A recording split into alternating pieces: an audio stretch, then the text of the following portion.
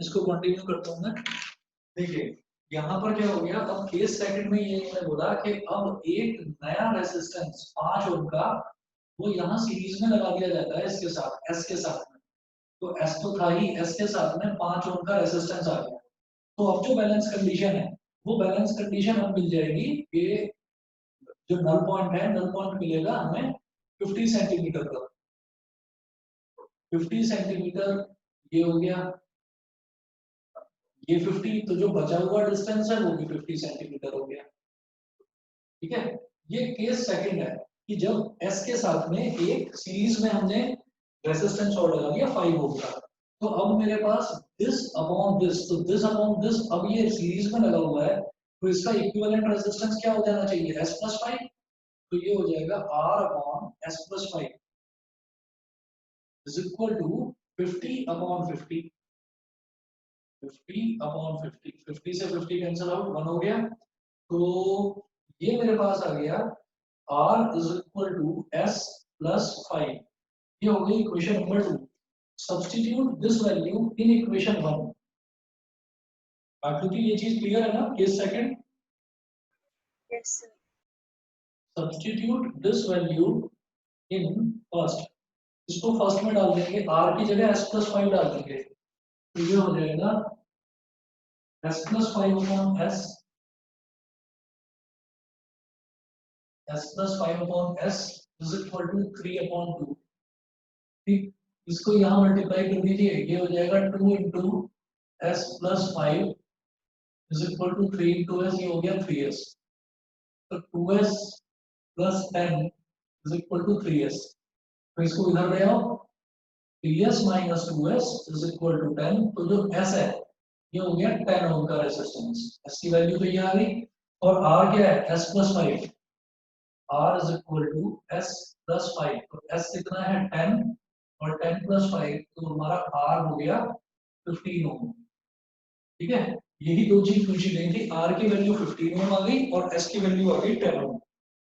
ठीक, ये करने के बाद में अब दूसरा एक क्वेश्चन देखते हैं। दूसरे क्वेश्चन का भी डायग्राम बिल्कुल सेम है, कंडीशंस भी कुछ सेम दे रखी है। मैं डायग्राम नया नहीं बनाऊंगा। दूसरा क्वेश्चन जो है ये भी आपका लास्ट वाले पेज पर ही होगा, नोट्स को देख लेना। मैं यहां से अगर ये नोट कर लिया तो मिटा दूं इतना, Yes, sir. बताइए इसी का आकृति कर लिया ये वाला। Yes, sir. ठीक है, मैं इसको मिटा रहा हूं। अब यहाँ पर जो अगला क्वेश्चन है, अगले क्वेश्चन में जरा सा चेंज कर रखा है कंडीशन में।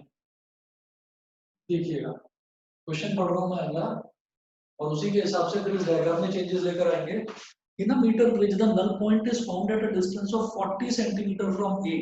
ठीक है, तो सबसे पहले जो हमारा नल पॉइंट है, नल पॉइंट हमें 40 सेंटीमीटर पर मिल रहा है। ये 50 हटाओ यहाँ से, ये 50 हटाओ यहाँ से। इसका मतलब कि अब मुझे नल पॉइंट मिलेगा 40 पर। तो ये वाला पॉइंट हो गया 40 सेंटीमीटर फ्रॉम ए बोल रहे हैं, तो ए से ये 40, और ये वाला कितना बचेगा 60। तो ये हो गया मेरे पास 60 सेंटीमीटर। उसके बाद इन्होंने बोला if a resistance of 12 ohm is connected in parallel with S, the null point occurs at 50 centimetre from A। ठीक है, अब क्या है, डायग्राम बिल्कुल सेम है, डायग्राम बिल्कुल सेम है जैसा पहला केस था। पहले केस में यहाँ पर R है और यहाँ पर S है।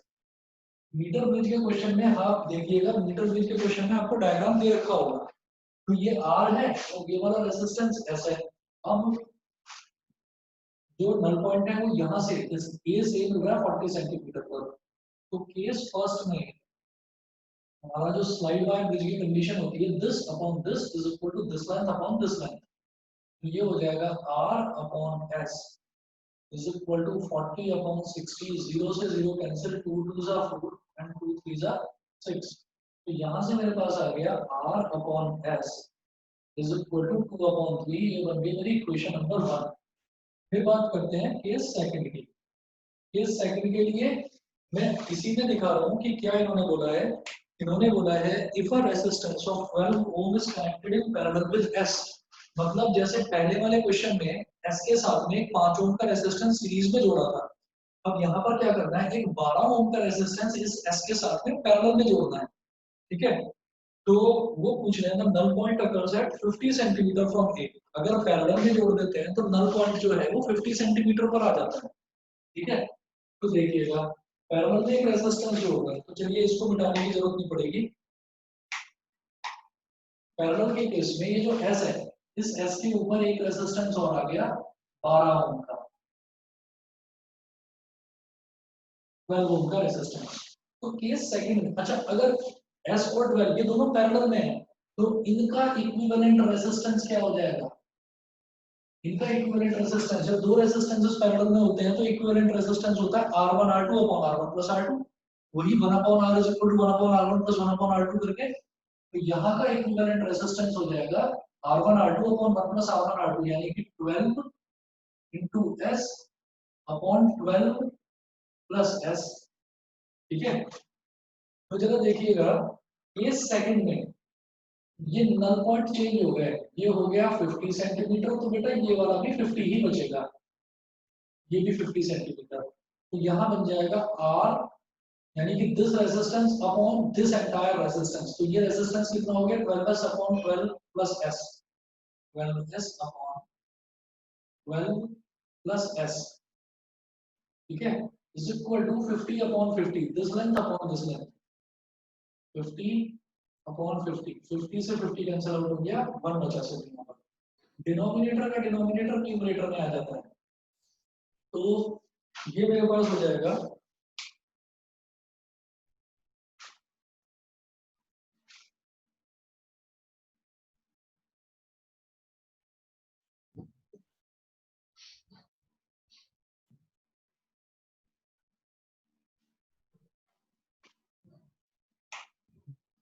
अभी हमारे पास हो गया 12 प्लस एस, ये ऊपर आ जाएगा, ये हो गया R multiplied by 12 plus S upon 12s is equal to 1, is equal to 1 कितना हो गया?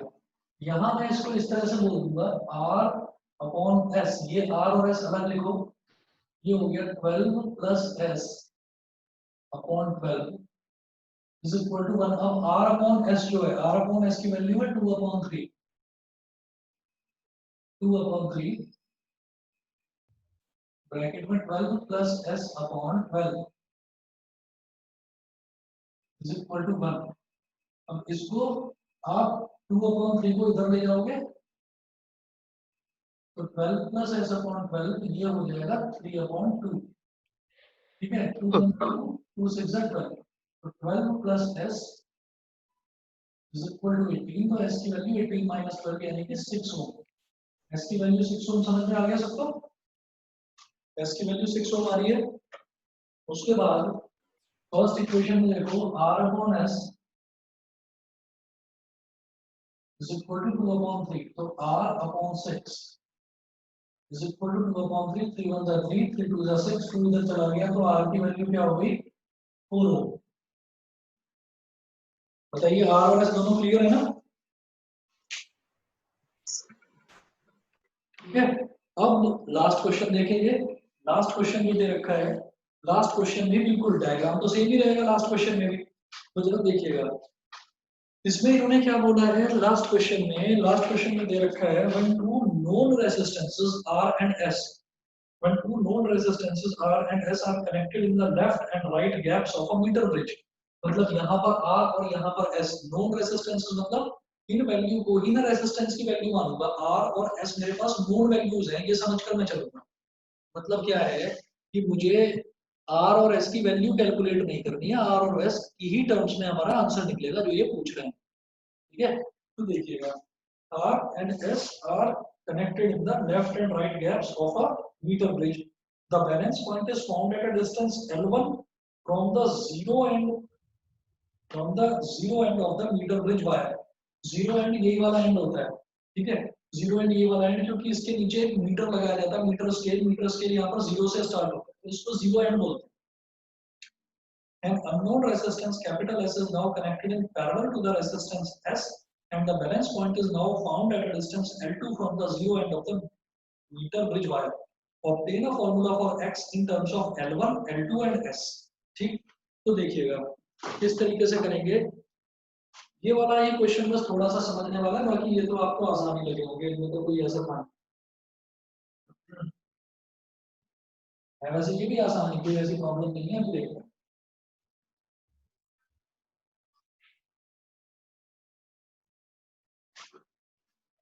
ये हटाओ यहाँ से, ये हटाइए।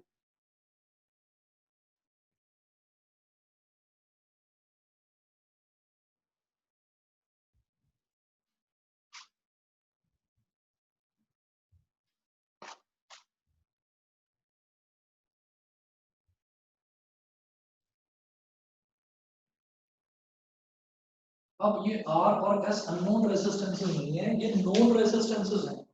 ठीक है, अच्छा, और नल पॉइंट कहाँ दे रखा है? नल पॉइंट दे रखा है L1 centimetre from the zero and. Zero and इसी को जीरो एंड बोलते हैं। जीरो एंड क्यों बोलते हैं? क्योंकि बेटा डायग्राम मैंने पूरा नहीं बनाया, यहाँ पर एक ना मीटर स्केल भी होता है ऐसे, और मीटर स्केल यहाँ से चालू होता है लेफ्ट से, तो जीरो एंड इसलिए इसको जीरो एंड भी बोल देते हैं। ऐसे लगा रहता है, ऐसे 1 2 3 4 1 2 3 4 5 1 2 3 4 5 इस तरीके से। तो ऐसे ही पूरा मीटर स्केल होता है जो मैंने बनाया नहीं है। तो ये हो गया L1 सेंटीमीटर, तो ये कितना बचेगा? ये बचेगा 100 माइनस L1 सेंटीमीटर। ठीक, अब मैं क्या करूंगा, केस वन की बात कर रहा हूँ, केस वन की। केस वन में हमारे पास हो जाएगा R upon L, R upon S, sorry, R upon S is equal to this upon this is equal to this upon this। तो ये हो गया L1 अपॉन 100 माइनस L1। ये तो क्लियर होगा, बताइए सभी को। Yes, sir. आकृति, कृतिका, Yes, sir. ठीक है। उसके बाद देखते हैं नेक्स्ट। नेक्स्ट जो है, अगला जो केस इन्होंने दिया है उसमें इन्होंने बोला an unknown resistance capital X is now connected in parallel to the resistance S। अब ये जो रेजिस्टेंस S है, केस सेकंड में एक अननोन रेजिस्टेंस कैपिटल X इसके साथ पैरेलल में लगा दिया जाता है। ठीक है, and the balance point is now found at a distance L2 from the zero and.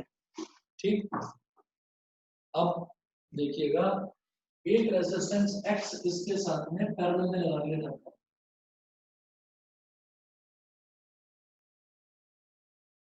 X इसके साथ पैरेलल में लगा दिया, ठीक है। तो अब इसका इक्विवेलेंट रेजिस्टेंस कितना निकल जाएगा? इसका इक्विवेलेंट रेजिस्टेंस निकलेगा R1 R2 upon R1 plus R2। तो ये हो जाएगा XS upon X plus S।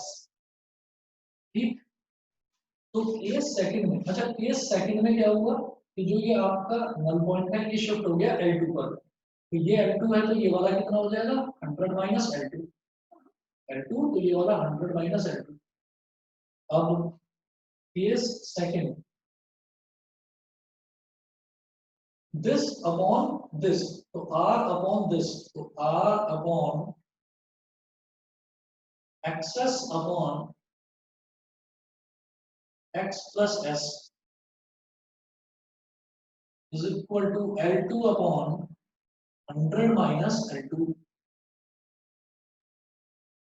वो पूछ रहे हैं कि L1 L2 R और S, नहीं सॉरी, L1 L2 और S, सिर्फ इसी की टर्म में L1 L2 और S की टर्म्स में आपको कैपिटल X की वैल्यू निकालनी है। L1 L2 और S की टर्म्स में R नहीं आना चाहिए।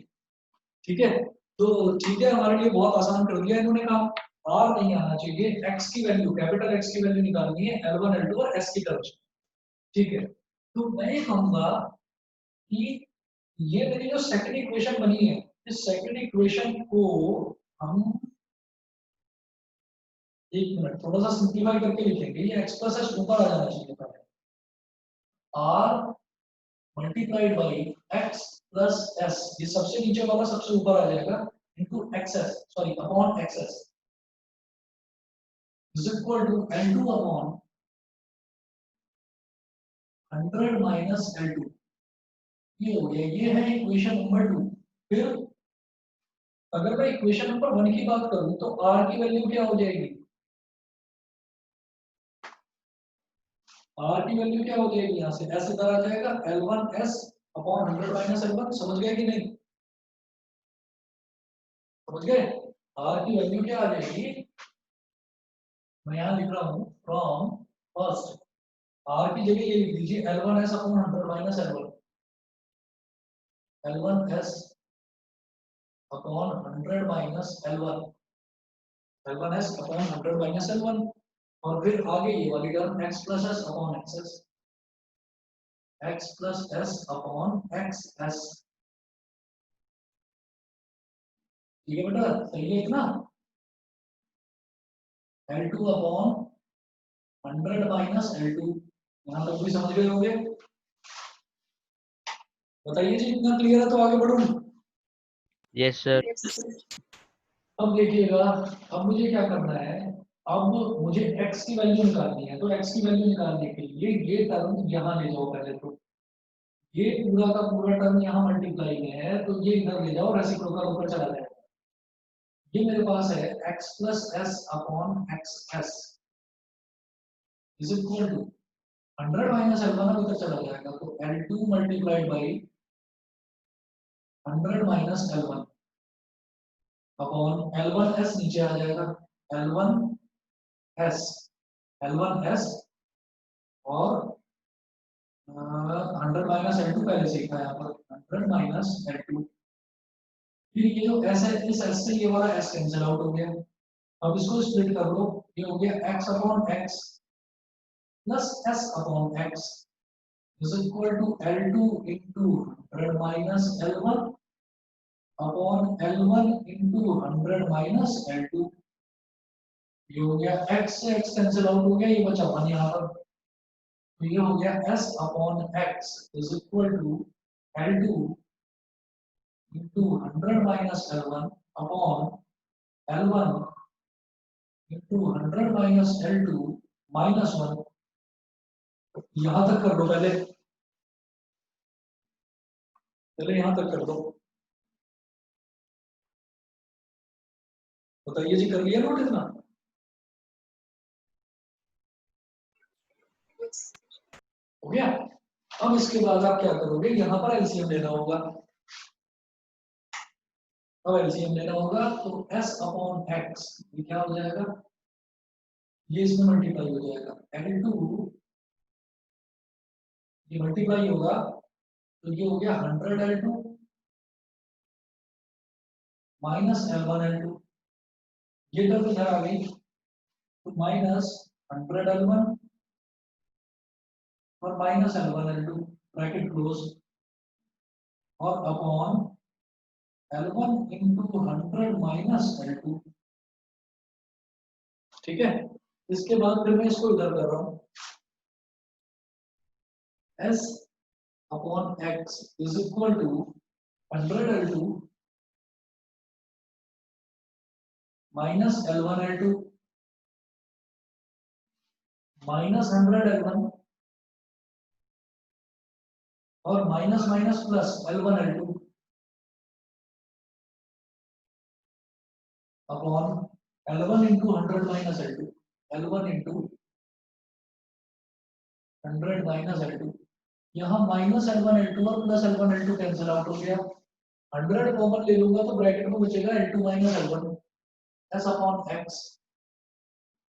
100 कॉमन ले लिया, ब्रैकेट में बचेगा L2 minus L1 upon L1 into 100 minus L2, cross multiplication कर दो, x into this, x multiplied by 100 L2 minus L1 और s multiplied by L1 100 minus L2। x की वैल्यू निकालनी है, इसको नीचे ले जाओ, तो x is equal to s L1 into 100 minus L2 upon, इसको नीचे ले जाए तो ये हो गया 100 into L2 minus L1, ये x की वैल्यू हो गई। बता दीजिए सभी को क्लियर है? Yes, sir. ठीक है, ये है ये। चलिए जी, अब ये वाला चैप्टर खत्म हुआ। अब मैं नेक्स्ट चैप्टर स्टार्ट कर रहा हूँ, moving charges and magnetism, chapter number 4।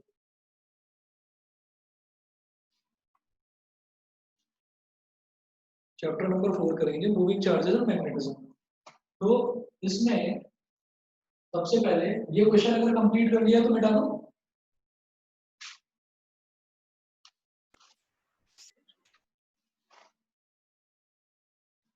कर लिया ये क्वेश्चन कंप्लीट, बताइए। चलो इधर तो कर ही लिया होगा, ये वाला मिटा दो।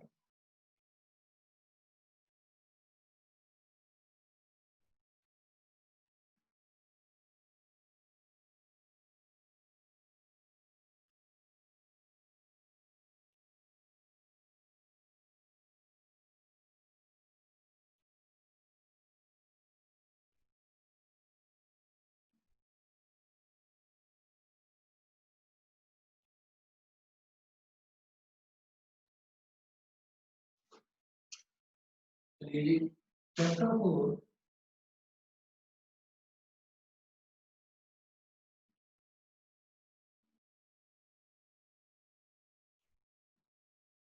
Moving charges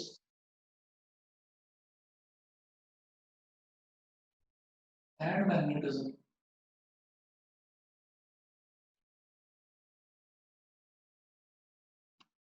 moving charges and magnetism. अब इसमें सबसे पहले मैं देखूंगा कि एक मैग्नेटिक फील्ड होता क्या है।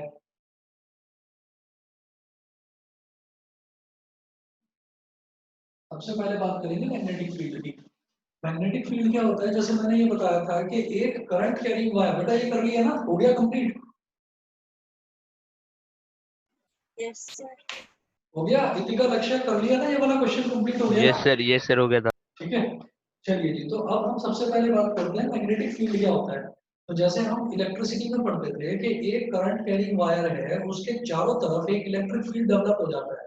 इलेक्ट्रिक फील्ड क्या होता है कि एक ऐसा फील्ड जहां पर अगर हम किसी भी कंडक्टर को लेकर जाएं तो कंडक्टर कंडक्शन शुरू कर देगा। मतलब कि वहां पर इलेक्ट्रिक फोर्स को हम महसूस कर सकते हैं, उसको बोलते हैं इलेक्ट्रिक फील्ड। ऐसे ही जो एक मैग्नेट है, उस मैग्नेट के चारों तरफ जो एरिया होता है वहां पर हम मैग्नेटिक फोर्स को एक्सपीरियंस कर सकते हैं। कि अगर मैग्नेट है, मैग्नेट के चारों तरफ अगर स्ट्रॉन्ग मैग्नेट है तो उससे थोड़ा सा दूर भी अगर कोई लोहे का पीस रखा हुआ होगा तो वो उसको अपनी तरफ अट्रैक्ट करके चिपका लेगा अपने में। ठीक है। तो जो एरिया होता है where the influence of magnetic force can be experienced, that area is known as magnetic field. अब मैग्नेटिक फील्ड जो है, मैग्नेटिक फील्ड में सबसे ज्यादा जो काम किया था वो करा था ऑर्स्टेड ने। तो सबसे पहले हम इसमें देखेंगे ऑर्स्टेड का एक्सपेरिमेंट क्या है। ऑर्स्टेड एक्सपेरिमेंट, ऑर्स्टेड का एक्सपेरिमेंट क्या है सबसे पहले वो देखिए। हाँ जी, ऑर्स्टेड का एक्सपेरिमेंट। तो इसमें क्या था कि ऑर्स्टेड ने एक सर्किट लिया, और एक सर्किट के साथ में उसने क्या करा, उसने लिया एक मैग्नेटिक नीडल। मैग्नेटिक नीडल में क्या होता है कि मैग्नेटिक नीडल में एक साउथ पोल और एक नॉर्थ पोल होता है। तो वो अरेंजमेंट कैसा है, वो अरेंजमेंट मैं ड्रॉ कर देता हूँ। छोटा सा ये एक्सपेरिमेंट है, आप लोग समझ जाएंगे, ज्यादा मुश्किल नहीं। देखिएगा, पहले तो एक सर्किट ले लिया, सिंपल सा सर्किट है, और दो सर्किट बनाऊंगा मैं अलग अलग समझाने के लिए। एक तो हो गया यहाँ पर पॉजिटिव और नेगेटिव टर्मिनल इस बैटरी का, और यहाँ पर हो गया एक छोटा सा स्विच ए, और ये वायर है। इस वायर को मैंने बोल दिया वायर ए बी, ए और बी। ठीक है। अब हमने नीचे एक ले लिया मैग्नेटिक नीडल।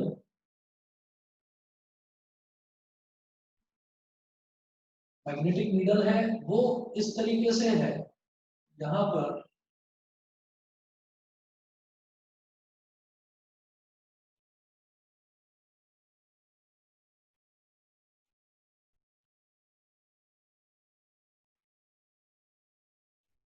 ये पॉजिटिव टर्मिनल है, ये नेगेटिव टर्मिनल है, तो करंट ऐसे जाएगा।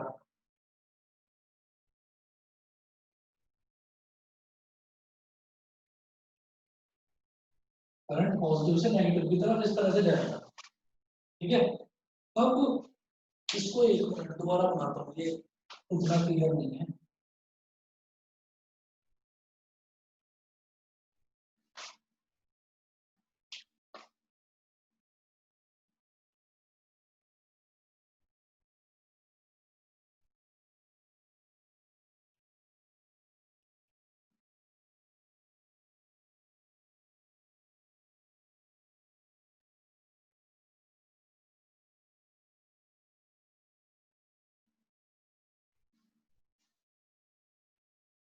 ये एस डैश, ये एन डैश, इनिशियली ये इस तरीके से अलाइन था, साउथ और नॉर्थ। साउथ वाला जो पॉइंट था, नॉर्थ वाले पॉइंट को ना हमेशा डार्क करके रखते हैं, ठीक है। अच्छा, अब ये देखिएगा कि अगर मान लीजिए कोई एक ऐसा ऐसा अरेंजमेंट रखा हुआ है, जैसे ये एक सर्किट है, यहाँ पर पॉजिटिव टर्मिनल, यहाँ पर नेगेटिव टर्मिनल। अब अगर मान लीजिए मेरा ये जो मैग्नेटिक नीडल है, ये मैग्नेटिक नीडल इनिशियली बिल्कुल ऐसे थी, हॉरिजॉन्टल थी बिल्कुल, यानी कि साउथ पोल यहाँ पर था, इसका साउथ एंड यहाँ पर था और नॉर्थ एंड यहाँ पर था, इसलिए इसको इधर एस और इधर यहाँ पर मैंने एन लिख दिया। जैसे ही मैंने स्विच ऑन करा तो करंट ने जैसे ही फ्लो करना शुरू करा, तो करंट ने इस तरफ से फ्लो करना शुरू करा जहां पर साउथ पोल था और इधर नॉर्थ पोल था। तो जब ये साउथ से नॉर्थ की तरफ, मतलब पास में एक मैग्नेटिक नीडल रखा हुआ है, ठीक, तो जब साउथ से नॉर्थ की तरफ करंट फ्लो कर रहा है, बेसिकली करंट कहाँ फ्लो कर रहा है, वायर ए बी में, और उसके पास एक मैग्नेटिक नीडल रखा हुआ है, magnetic needle which is made up of magnet. तो इससे उसने ये बताया कि करंट का और मैग्नेटिज्म का रिलेशन क्या है। तो करंट का रिलेशन मैग्नेटिज्म के साथ ये है कि अगर कोई मैग्नेटिक मटेरियल रखा हुआ है और करंट फ्लो होता है, उसके नजदीक से भी निकल जाता है, टच भी करने की जरूरत नहीं है, तो मैग्नेटिक नीडल में डिफ्लेक्शन होता है। डिफ्लेक्शन किस तरीके का होता है? डिफ्लेक्शन ऐसा होता है कि ये जो नॉर्थ पोल है, जो नॉर्थ वाला नीडल है, ये नॉर्थ वाला नीडल इस तरीके से ऊपर की तरफ मूव करेगा। इसी तरीके से अगर बैटरी के टर्मिनल रिवर्स कर दिए जाए, मतलब यहाँ नेगेटिव कर दिया जाए और यहाँ पॉजिटिव, और इधर ये की लगा दी जाए,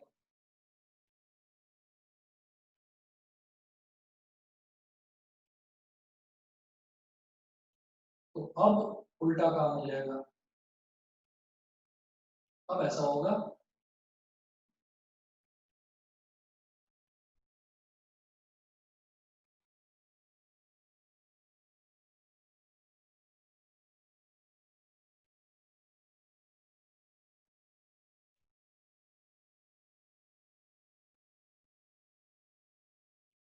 ये नॉर्थ पोल है, जिसकी नई पोजीशन को मैंने एन डैश बोल दिया, साउथ की नई पोजीशन को मैंने एस डैश बोल दिया। ओरिजिनल पोजीशन साउथ यहाँ था, नॉर्थ यहाँ था, ये नेगेटिव है, ये पॉजिटिव है, तो ऑब्वियस सी बात है कि अब करंट इस तरफ ट्रेवल करेगा ऐसे, ठीक। वायर तो ए बी ही है, वायर के एंड पॉइंट्स तो ए और बी ही मैंने माना, लेकिन क्योंकि इधर बिल्कुल यहाँ पर एक नीचे मैग्नेटिक नीडल रखा हुआ था, तो ये साउथ एंड हो गया इसका मैग्नेटिक नीडल का, और ये नॉर्थ एंड हो गया। तो उसने ऑर्स्टेड ने क्या स्टडी करा, देखिएगा, ये था कि when the wire is held above the needle, जब ये वायर है, ये वायर को नीडल के ऊपर हमने हेल्ड किया, and the wire is held above the needle and the current flows from the south to north, then the north pole of the magnetic needle gets deflected towards west. North pole gets deflected towards west, क्या समझ में आता है कि north west की तरफ कैसे deflect कर रहा है? आप ये देखिएगा कि अगर ये नॉर्थ और साउथ है, इस नॉर्थ और साउथ को ये ऐसे दिखाई दे रहा है ना, इसको आप ऐसे कर लीजिए, नॉर्थ यहाँ हो गया और साउथ यहाँ हो गया, ठीक है। तो इस तरफ पड़ता है बेटा वेस्ट और इस तरफ होता है ईस्ट, ठीक है। तो नॉर्थ जो है, अगर मैं इसको ऐसे करूं तो नॉर्थ उस तरफ जा रहा है, नॉर्थ अपने लेफ्ट की तरफ जा रहा है, तो नॉर्थ जब अपने लेफ्ट की तरफ जाएगा तो नॉर्थ का लेफ्ट क्या होगा, वेस्ट ही तो होगा, समझ गए? समझ गए? Yes, sir. तो नॉर्थ का जो लेफ्ट हो गया वो वेस्ट हो गया। दूसरा इन्होंने बोला, अच्छा इसका कोई रीजन, इसका रीजन कुछ नहीं, जो एक्सपेरिमेंट उसने करा, तो एक्सपेरिमेंट करके ये चीज उसने ऑब्जर्व करी। अच्छा, उसी तरीके से फिर उसने क्या करा, उसने बैटरी के टर्मिनल्स पकड़ लिए, ये नेगेटिव इधर कर दिया, पॉजिटिव इधर कर दिया, अब करंट इधर फ्लो कर रहा है। तो फिर उसने देखा कि अब जो है, अब ये नॉर्थ नीचे की तरफ आ रहा है, मतलब अगर नॉर्थ नॉर्थ और साउथ ऐसे है, ये नॉर्थ और साउथ ऐसे है। इसको आप ऐसे लगाकर देखें तो नॉर्थ अपने राइट की तरफ जा रहा है, तो नॉर्थ का राइट क्या हो गया, ईस्ट, यानी कि अब जो नॉर्थ है वो ईस्ट की तरफ डिफ्लेक्ट हो रहा है। तो उसने बोला when the direction of the current is reversed so that it flows from north to south, पहले साउथ से नॉर्थ करंट फ्लो कर रहा था, अब करंट नॉर्थ से, पहले साउथ से नॉर्थ फ्लो कर रहा था, अब नॉर्थ से साउथ फ्लो कर रहा है। तो इस केस में क्या होगा, the north pole of the magnetic needle gets deflected towards east. तो अब इस केस में जो नॉर्थ पोल है वो ईस्ट की तरफ डिफ्लेक्ट हो जाएगा। ठीक है, दो चीजें तो ये आई। फिर उसने तीसरा ऑब्जर्वेशन अपना बताया कि अब तो नीडल को नीचे रखा गया था, वायर के नीचे। अगर नीडल को वायर के ऊपर रख दिया जाए तो क्या होगा, when the wire is placed below the needle, मतलब वायर जब नीडल के नीचे कर दिया जाए तब क्या होगा, the direction of deflection of the needle is again reversed, जो डायरेक्शन ऑफ डिफ्लेक्शन है वो फिर से रिवर्स हो जाएगी। ठीक है, समझ में आ गया कि जब नीडल को नीचे रखा गया था तो नॉर्थ वेस्ट की तरफ डिफ्लेक्ट हुआ। ठीक, नॉर्थ वेस्ट की तरफ डिफ्लेक्ट हुआ। अच्छा, इसका जो रूल था वो रूल इसने ये बनाया था, उसको लर्न करने का एक तरीका बना दिया था, S N O W, snow. Snow करके एक रूल बताया था। एस एन का मतलब क्या है, एस एन का मतलब ये हो गया कि जब करंट साउथ से नॉर्थ की तरफ जा रहा है, ठीक है,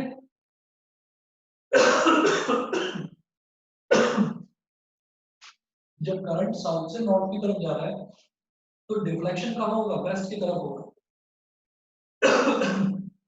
और जो वायर है वो नीडल के ऊपर है, ओवर द नीडल, तो ओ का मतलब हो गया ओवर द नीडल। बताइए समझ में आ रहा है कि नहीं।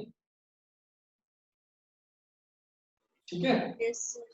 तो इसमें उसने ये बोला कि हमारा जो नॉर्थ पोल है वो वेस्ट की तरफ डिफ्लेक्ट हो जाएगा। अगर हमने बैटरी की डायरेक्शन रिवर्स कर दी तो नॉर्थ पोल जो है वो ईस्ट की तरफ डिफ्लेक्ट हो जाएगा। तो ये क्या था, जब हमारा नीडल जो है वो नीचे रखा हुआ था, नीडल को ऊपर रखेंगे तो फिर ये नॉर्थ वेस्ट की तरफ ना होकर ईस्ट की तरफ होगा, मतलब डायरेक्शन रिवर्स हो जाएगी।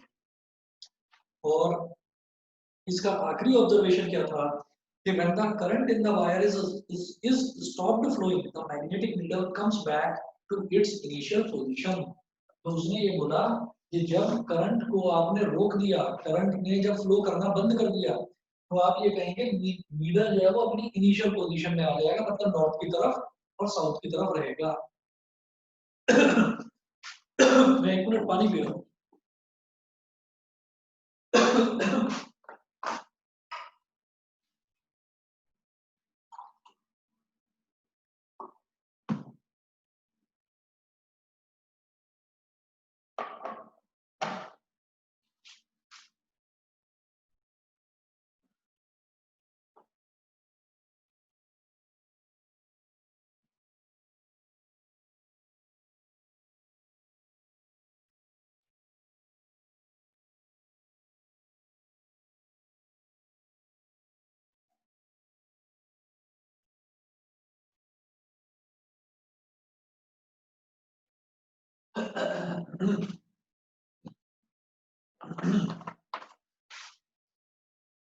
तो यहां से उसने नतीजा क्या निकाला कि करंट बंद करते ही जो मैग्नेटिक नीडल है वो अपनी ओरिजिनल पोजीशन में आ गई, मतलब नॉर्थ जो पोल है वो नॉर्थ की तरफ ही डायरेक्शन में जाएगा और साउथ वाला साउथ की तरफ डायरेक्ट हो जाएगा।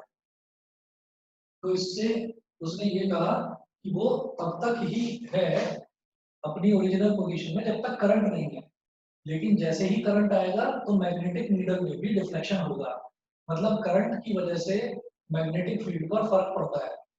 ये ऑर्स्टेड का एक्सपेरिमेंट था। तो ये बिल्कुल इस चैप्टर की स्टार्टिंग है, इस वजह से मैंने आपको एक्सप्लेन करा है और ये बता भी दिया, नोट्स में भी मैंने लिखा है। तो ये बिल्कुल चैप्टर की स्टार्टिंग है, हालांकि कभी भी ऑर्स्टेड एक्सपेरिमेंट कभी भी नहीं पूछा गया, पेपर में कभी भी नहीं पूछा गया। तो बस इसने लास्ट में यही बोला कि from the above experiment it is clear that a current carrying conductor produces a magnetic field around it। कि करंट कैरिंग कंडक्टर अपने चारों तरफ एक मैग्नेटिक फील्ड भी बना देता है, उस मैग्नेटिक फील्ड की वजह से ही मैग्नेटिक नीडल में डिफ्लेक्शन हुआ, नहीं तो डिफ्लेक्शन नहीं होता। ठीक है जी। अब इसके बाद जो नेक्स्ट हमारा टॉपिक है इसमें वो है बायट सावर्ट लॉ।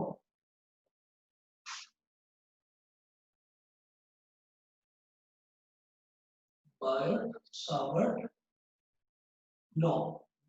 बायट-सावर्ट लॉ में क्या है? बायट-सावर्ट लॉ में ये है कि अगर मान लीजिए हमने कोई एक कंडक्टर लिया, कोई भी एक वायर लिया जिसमें कि करंट फ्लो कर रहा है, ठीक? वो वायर किसी भी डायरेक्शन में कैसा भी जा रहा है, मतलब मैं ये नहीं कह रहा कि वो सीधा है, वो टेढ़ा मेढ़ा घूमता हुआ कहीं भी जा रहा है। फॉर एग्जाम्पल हमने वायर इस तरह से ले लिया, ऐसे, ये वायर ऐसे है, ठीक है? अब इसमें हमने कहा कि यहाँ पर एक छोटा सा आप एलिमेंट ले लीजिए, वायर है बेटा एक्स और वाई, एक्स और वाई। इसमें मैंने एक छोटा सा एलिमेंट ले लिया, इसको मैंने बोल दिया डीएल।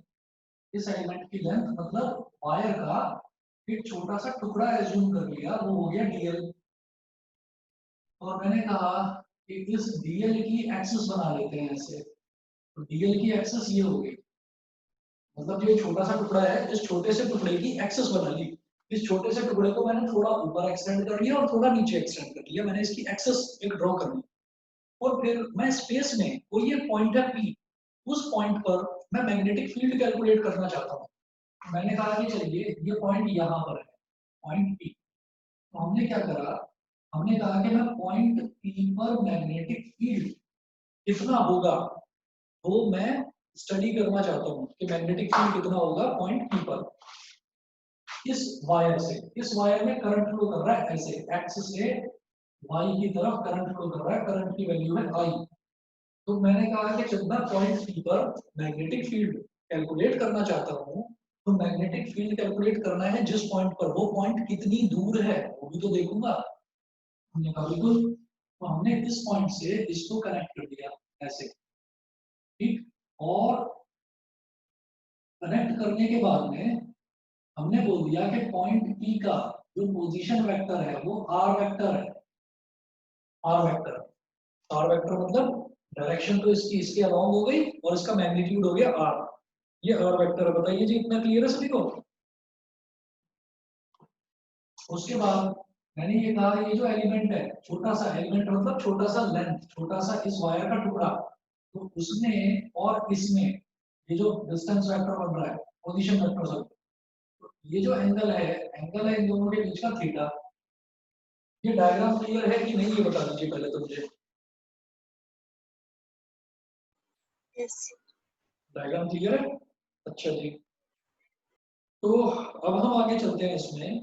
बायट-सावर्ट लॉ ये कहता है, अकॉर्डिंग टू बायट-सावर्ट लॉ, बायट-सावर्ट लॉ, इसने 4 इंपॉर्टेंट पॉइंट्स बताए थे बायट-सावर्ट लॉ ने। पहला कि मैग्नेटिक फील्ड जो भी होगा, अच्छा मैग्नेटिक फील्ड को, मैग्नेटिक फील्ड की इंटेंसिटी को बी से रिप्रेजेंट करा जाता है, B is for magnetic field. तो मैंने बोला कि मैं तो छोटी सी लेंथ का मैग्नेटिक फील्ड निकाल रहा हूँ, इतनी सी लेंथ का, है ना? तो हम ये कहेंगे पूरे वायर का मैग्नेटिक फील्ड तो बी हो जाएगा। ये जो छोटी सी लेंथ है डीएल, तो इसका मैग्नेटिक फील्ड भी छोटा सा ही होगा, यानी कि डीबी। तो बायट-सावर्ट लॉ ने बोला कि magnetic field is directly proportional to length of the wire.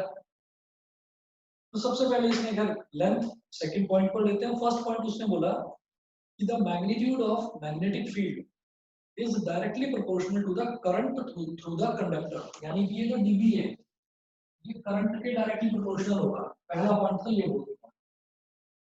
दूसरा पॉइंट उसने बोला कि जो मैग्नेटिक फील्ड है वो लेंथ के भी डायरेक्टली प्रोपोर्शनल होगा। तो ये हो गया dB is directly proportional to length। तीसरा पॉइंट कि जो ये डीएल एलिमेंट है, ये एलिमेंट पॉइंट पी के पोजीशन वेक्टर के साथ में जो एंगल बना रहा है उसका साइन यानी कि साइन थीटा, ये साइन थीटा के भी डायरेक्टली प्रोपोर्शनल होगा। dB is directly proportional to sine theta. और फोर्थ पॉइंट उसने बोला कि जो मैग्नेटिक फील्ड है is inversely proportional to the square of the distance between the element and the point. जिस पॉइंट पर मैं मैग्नेटिक फील्ड कैलकुलेट करना चाहता हूँ, उस पॉइंट से और यहाँ तक जो डिस्टेंस है उसके स्क्वायर का इनवर्सली प्रोपोर्शनल है। ये चारों पॉइंट क्लियर है कि नहीं? Biot-Savart law, according to Biot-Savart Yes. law, the magnitude of magnetic field is directly proportional to current. First point is directly proportional to length of the current element. Sorry, इसको DL लिखेंगे ना, छोटा सा length लिया है DL, तो DB is directly proportional to DL. Third point, directly proportional to sin theta. dB is directly proportional to sin theta.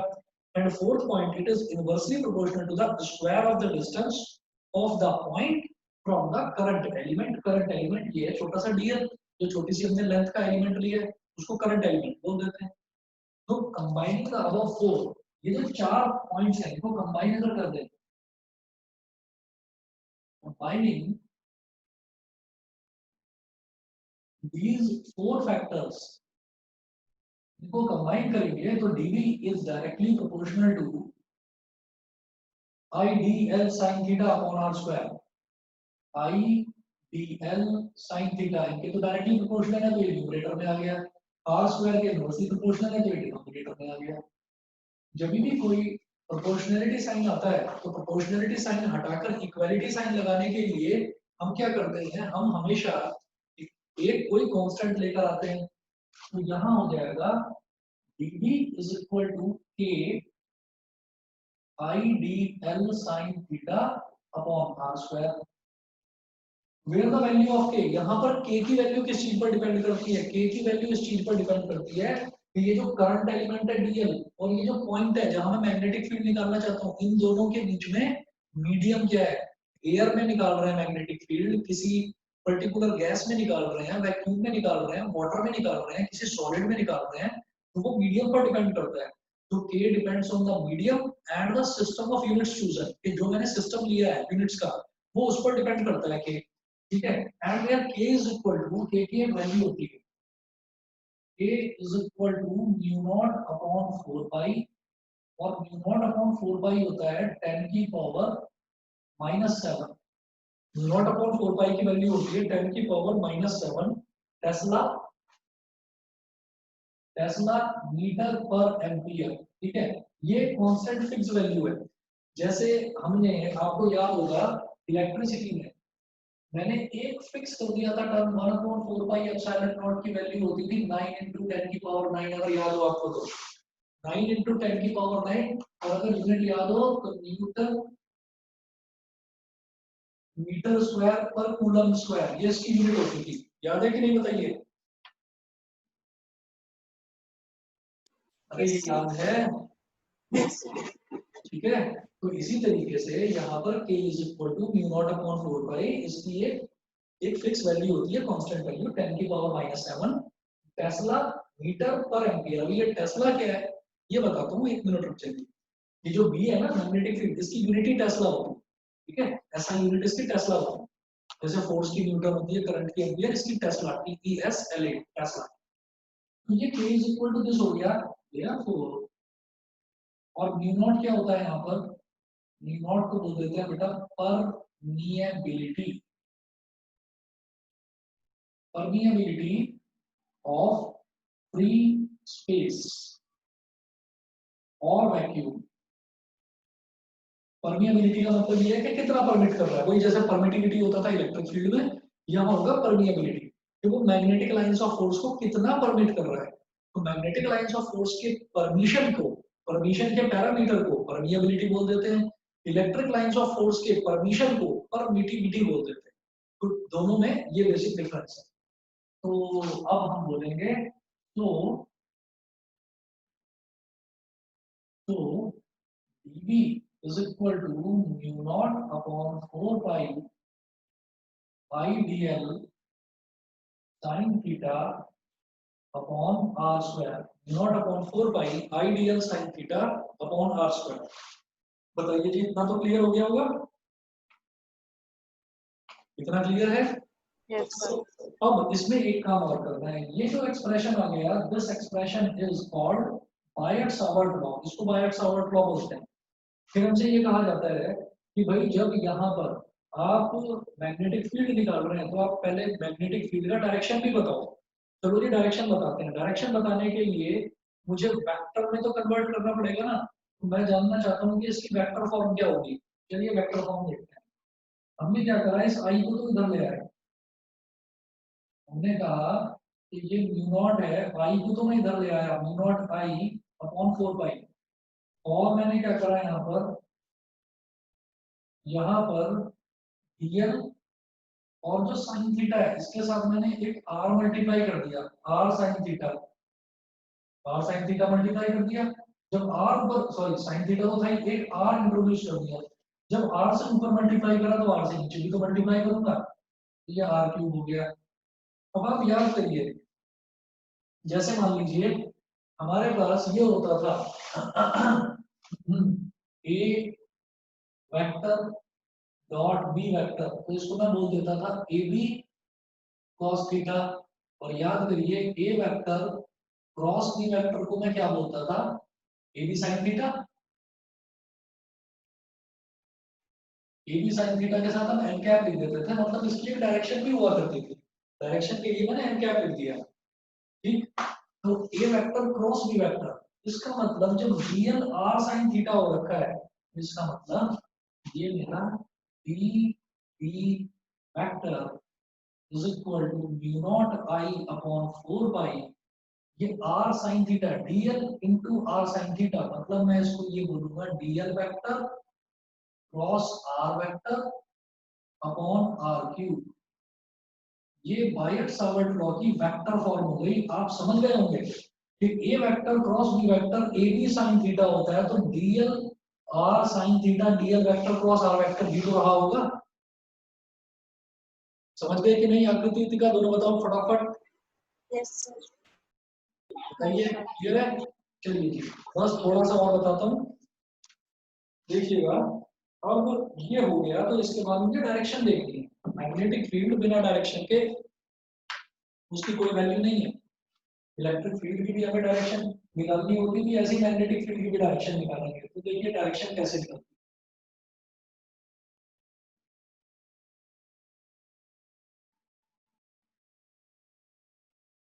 जब आपने वेक्टर में कन्वर्ट करा है तो कोई ना कोई डायरेक्शन भी होगी। तो देखिए वही डायरेक्शन में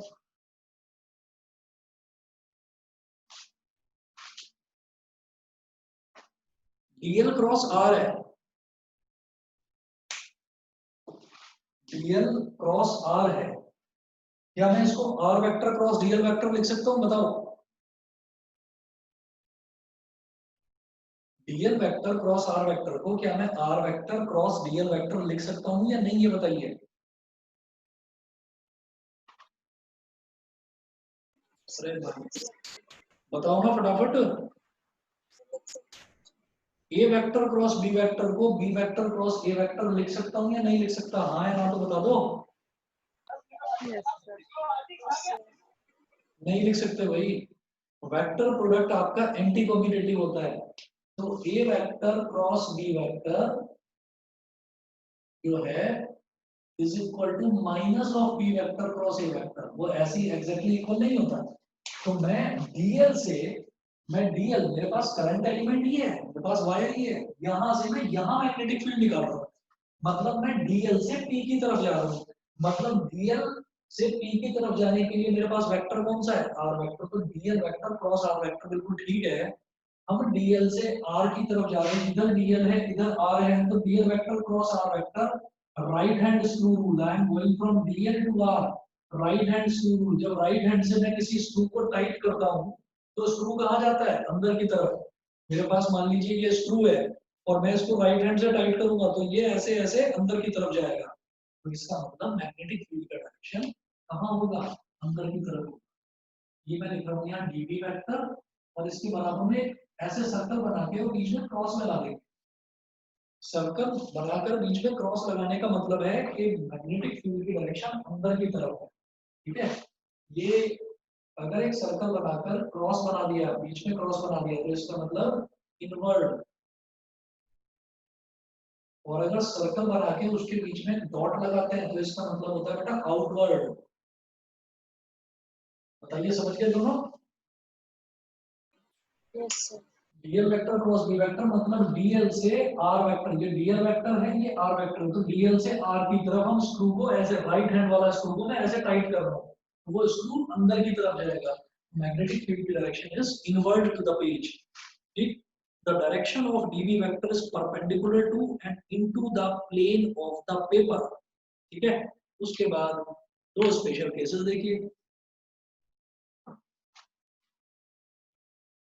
पूरा डेरिवेशन आप कर देंगे, स्पेशल केस नहीं लिखेंगे तो आपका डेरिवेशन अधूरा है। स्पेशल केसेस लिखेंगे दो।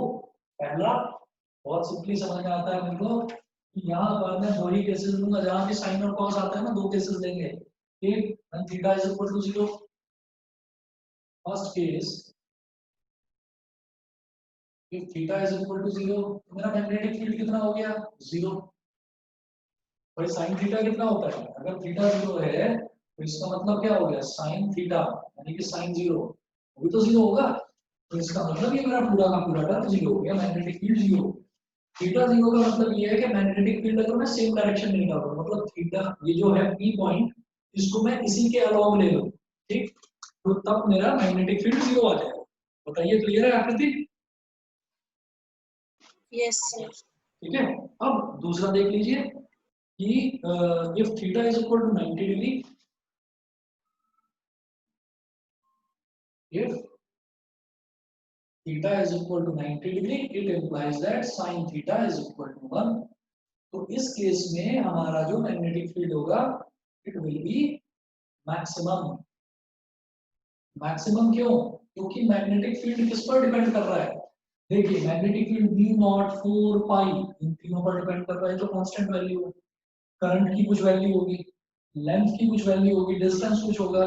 एक ही वैल्यू है जो लगातार चेंज हो रही है, क्या? Angle sine theta. Sine theta की मैक्सिमम वैल्यू क्या होती है +1।